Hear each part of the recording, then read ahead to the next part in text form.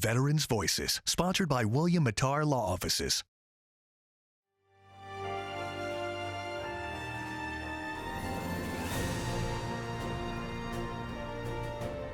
Thank you so much for joining us for this very special presentation of Veterans Voices. I'm your host, Ryan Dean. Over the next 30 minutes, we're honoring the honorable by putting the spotlight on Central and Northern New York heroes that proudly served our country. Right now, there's a push to find our fallen, those who never made it back from war. That effort has led to 2 recent homecomings, bringing closure to the families who have been waiting decades. Outside the Phoenix VFW, a reminder that the path to freedom is paved for by the sacrifice of others. These patriots understand they're here to put a face and a focus on an American hero who's had a long journey home. Here we are, 81 years later, by the grace of God, Lynn Mason Farnham is finally receiving the proper memorial service. Army Air Force Technical Sergeant Lynn Farnham was killed in action on February 25, 1944. He was just 20 years old when his plane was shot down over Germany. Those are my 5 oldest brothers. They were all in World War II, all in combat zones at the same time, and they all came home except for Lynn. Marianne Candy was just 11 years old when her brother was killed. That day, everything changed. Nothing was ever the same anymore. It was there was always this cloud or whatever. We always, we're missing somebody. Now at the age of 93, she is the last connection to Lynn. All of her siblings have passed on. The middle one is Lynn. Yeah. And you said he was described as quiet?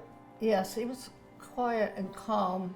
He was well liked. He was president of his senior class in school. The servicemen that my mother contacted, they all told about how well liked he was. And he's a very kind man. Her dining room table is full of memories and the miracle that finally brought her brother home.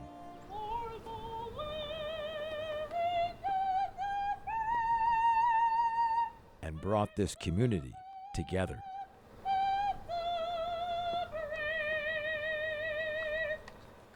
I never thought he would be found. And it's still unbelievable to me, it really is. Marion thought it was a scam when the Department of Defense called her back in 2020 asking for a cheek swab in hopes of identifying remains that could be Lynn's. It's hard to wrap my mind around. I just can't be. First of all, I didn't think there was any remains left. When they asked for my DNA, I thought it was probably useless. It was more than useful. It was a match. I don't remember the conversation. I just remember pulling the chair out and sitting down. Marion's daughter, Susan, was the first to get the news. Well, I was at church in the morning, and so thank goodness, she waited until I got home to call me. And I kept saying to her, it can't be, that's not possible. Marion will tell you this past year has all felt impossible. From the call to the Phoenix Memorial.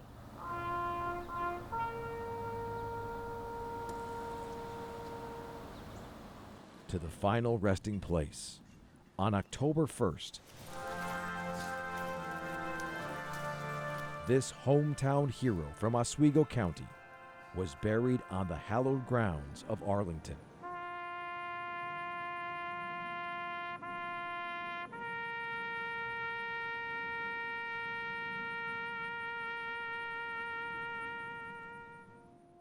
In Arlington, I really felt like that it was kind of the end of the story, and I was very thankful. All of my brothers are home now. I thought of all of them that were heroes, and they're all back home now. As we were working on Lynn Farnham's story, we were told of another long overdue homecoming. a native son of Syracuse, is now reunited with his brother, who never stopped looking for him.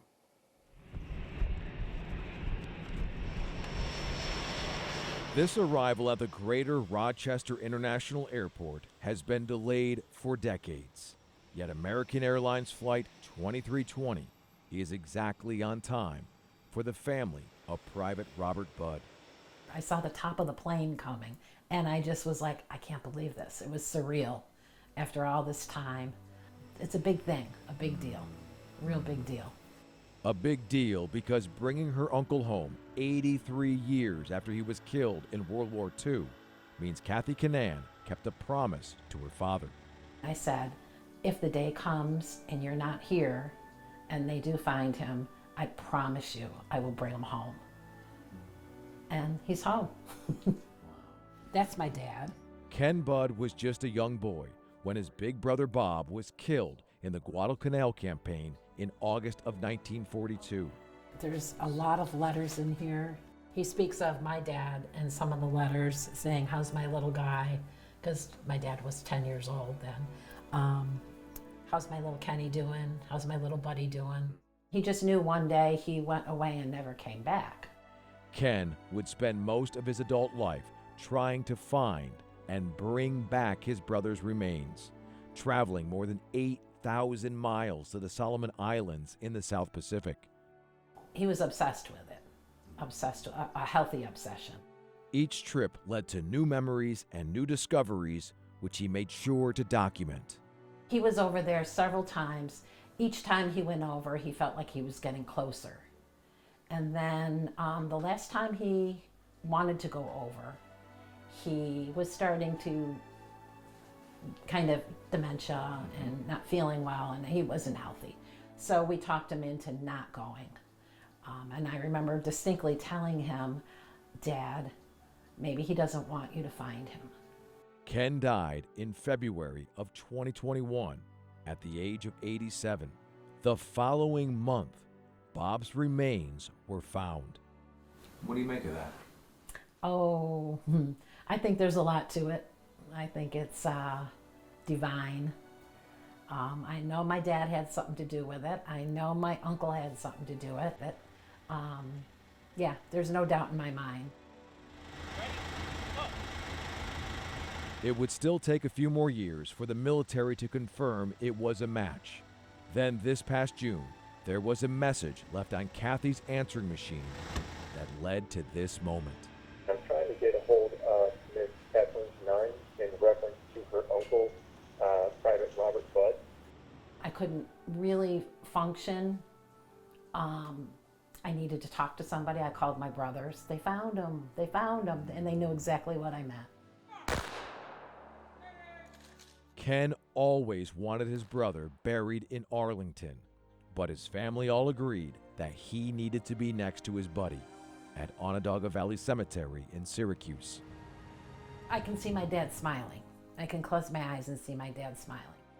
After 83 years, there's hope for all families who are missing somebody that they love. Never give up hope. Ken never did. He found his brother. It was just on Bob's time. Next on Veterans Voices, a monument for the mothers. How Cayuga County is honoring the other side of the sacrifice.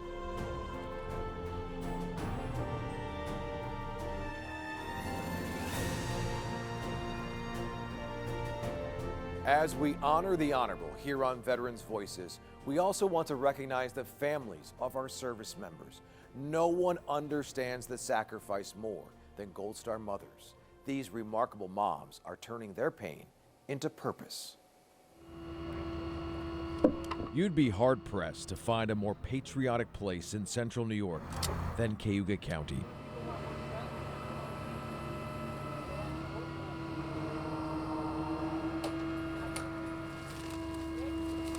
A cornerstone of this community is to honor the honorable. The local Vietnam Veterans chapter has thought of every angle to show its gratitude in granite. You can find this massive memorial dedicated to their fallen brothers at Aqueduct Park in the town of Brutus. Behind it A nod to those left behind. It's the group's latest passion project.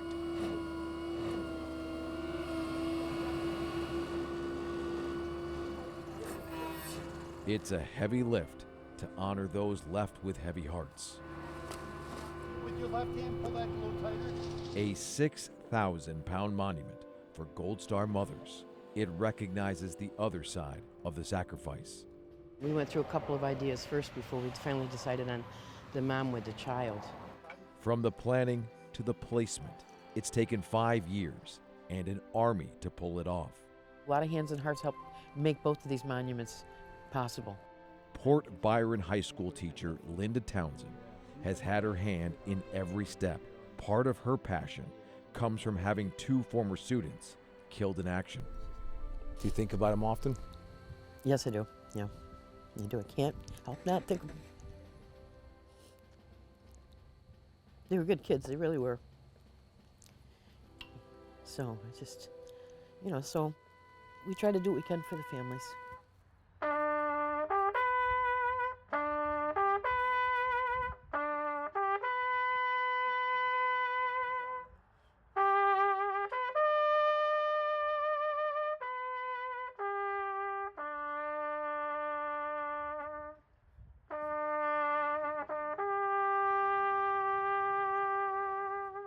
On a warm spring afternoon, families of the fallen gather at the park.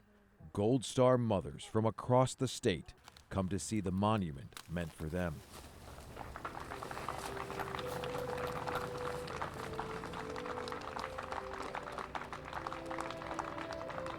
It's where we meet Tammy Bell. To understand her connection to this memorial, you have to start with this one. About 10 miles away at her home in Troop. Do you find yourself sometimes just down here looking at the wall? All the time. Yeah. Yeah. Talking to him. Yeah. Listening to him. It's been 17 years since Sergeant Jerry Bell Jr. was killed in Afghanistan. But Tammy can still hear his voice, whether it's at this wall or at the cemetery in Auburn, where he's buried.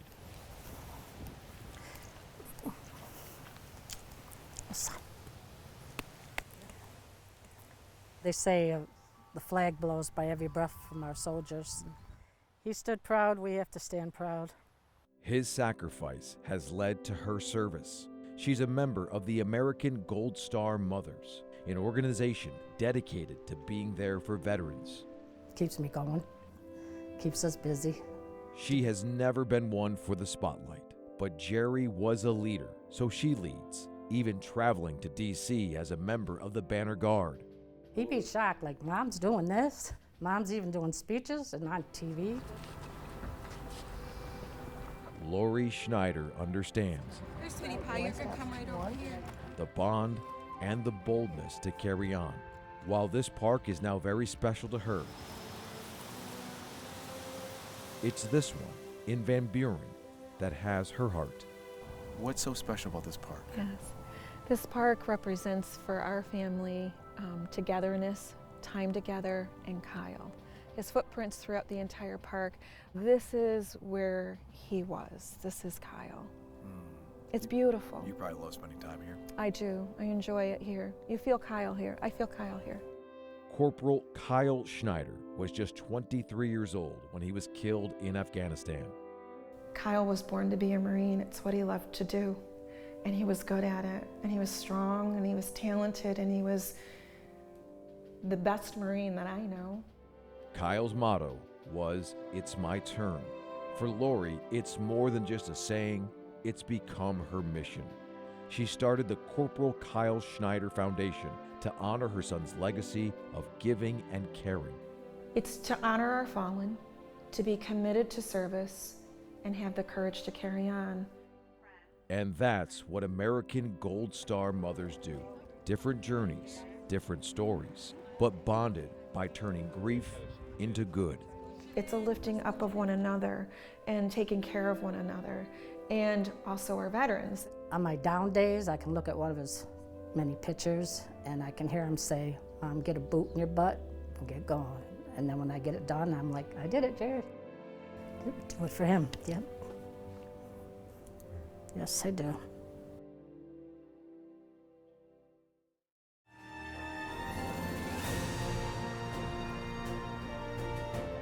Welcome back to Veterans Voices. No one honors our heroes like Honor Flight Syracuse. They love to celebrate big milestone birthdays, and they just got done celebrating World War II veteran Stan Stanley.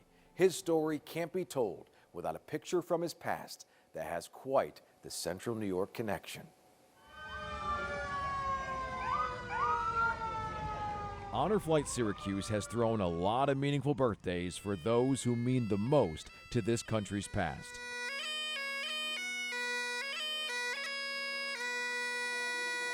But not quite like this. Stan Stanley is turning 106 on this wonderful day.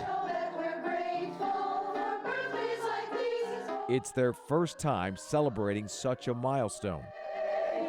And you made it just what you wanted. Beat them all, right? 105 was their previous record. That was Stan's party last year. It is my great honor to hereby declare today as Stan Stanley Day in the Village of Manlius. Another year, another proclamation. He's got quite the collection at this point. I need to sneak in here. Someone who's been to a lot of the big birthday celebrations is Barb Searle. I was at the 100th birthday party and all of the celebrations at his house, the 101, 102. To understand the full picture of their connection, you have to start with this one. Do you remember this picture? Which one is you? Can you show me which one is you? This is the picture that linked us up together. We first saw this photo when we featured Stan on Veterans Voices 6 years ago. He was a young 100 then. In World War II, Stan was part of a B-24 Liberator crew shot down during a bombing raid in 1944. I thought that was it for me. I was praying. I thought that was it. But God had other plans. He and most of the crew survived the crash landing in Holland. They would spend the next 13 months being shielded from the Nazis by the Dutch resistance.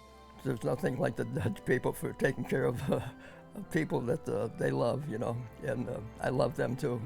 Over the years, Stan has loved sharing the incredible story of survival and the picture of his crew. It was this profile piece on Stan in 2014 that caught Barb's attention. It was on the news, and during the interview, they held up the infamous picture. The crew picture. The crew picture with the plane. And she had the same exact picture. I said, oh my God, I have that picture. Barb's father, Bob Sherman, is also in this photo. He and Stan survived the same crash. There's the famous picture. The shot heard round the world, right? Yeah. And it's the photo that brought their worlds together. The writer, she put me in touch with Jim. Mm-hmm. And the rest is history.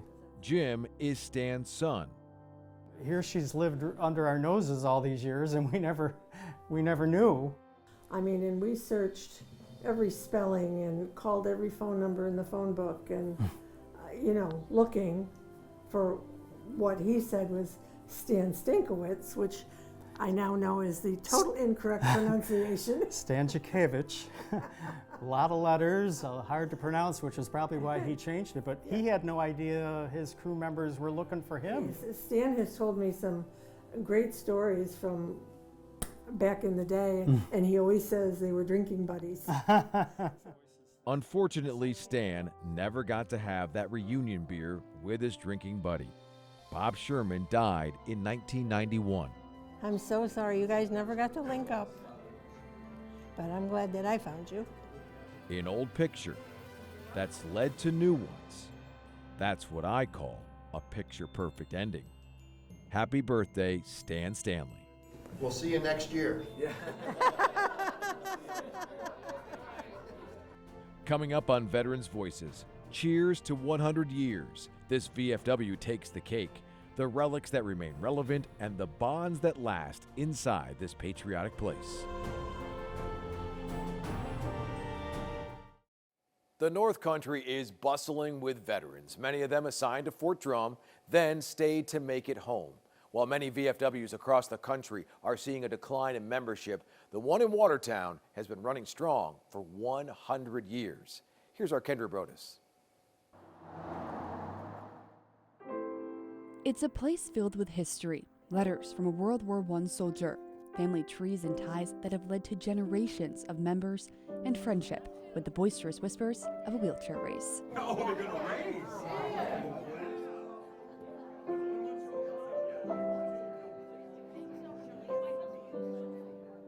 For a century, post 1400 Barbin Jones in Watertown has been a place of pride for people.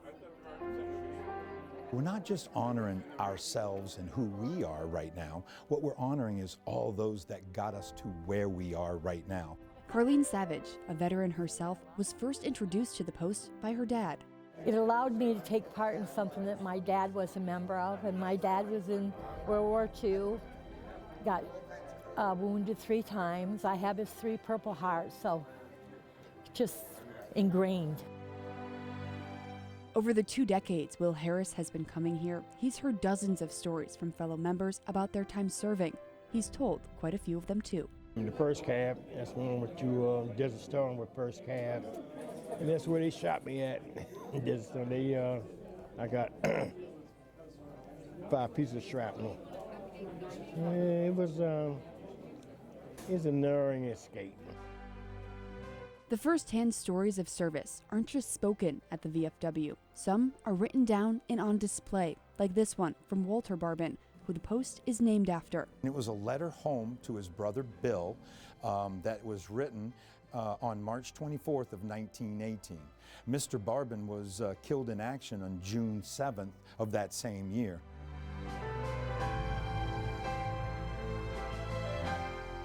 A 100 years ago, 50 veterans got together and created a camaraderie in Watertown that would touch the lives of thousands of people.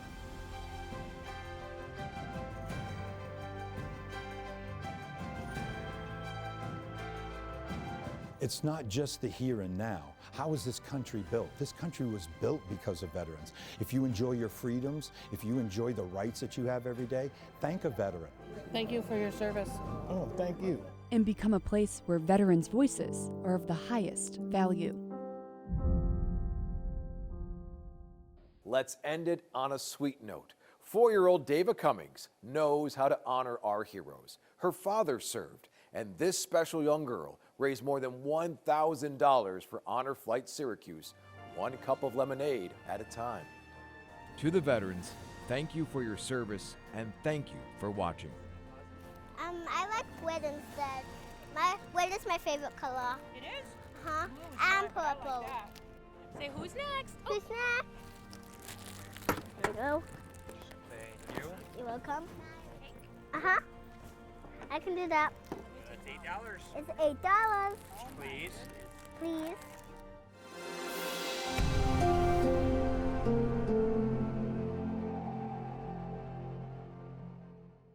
Veterans Voices, sponsored by WSYR Law Offices.